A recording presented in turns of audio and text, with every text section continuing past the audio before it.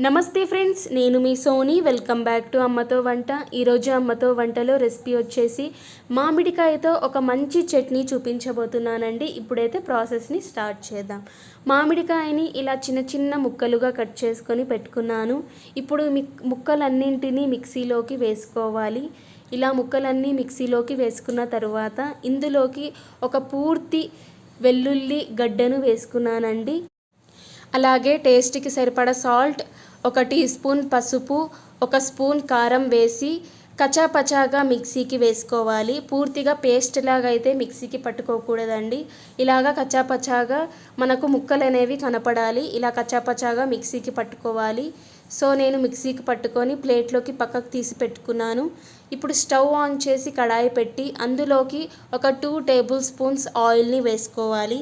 Oil కాస్త heat అయిన తర్వాత ఇందులోకి 1 స్పూన్ జీలకర్రను వేసుకోవాలండి. జీలకర్రను వేసిన తర్వాత ఒక 4-5 కరివేపాకు రెబ్బల్ని కూడా వేసుకోవాలి. ఒక ఎండుమిర్చిని కూడా ఇలా తుంచుకొని వేసుకోవాలి. అలాగే మనం మిక్సీకి పట్టుకున్న ఈ చట్నీని కూడా ఇందులోకి వేసి బాగా కలుపుకుంటూ ఒక 5 మినిట్స్ వరకు ఆయిల్లో కుక్ చేసుకోవాలండి. ఇలా కలపడం అయితే స్టాప్ చేయకూడదండి, ఎందుకంటే అడుగున మాడిపోతుంది. ఇలాగ ఒక 5 మినిట్స్ వరకు కలుపుకుంటూ కుక్ చేసుకోవాలి.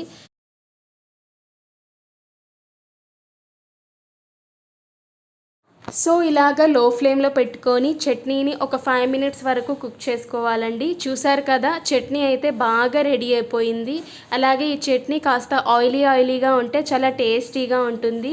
సో చూసారు కదా, ఎంతో కమ్మగా అలాగే కాస్త పుల్లగా ఉండే ఈ మామిడికాయ చట్నీ అయితే రెడీ అయిపోయింది. ఈ చట్నీ చాలా టేస్టీగా ఉంటుందండి. ఇది వైట్ రైస్లోకి అయితే చాలా బాగుంటుంది.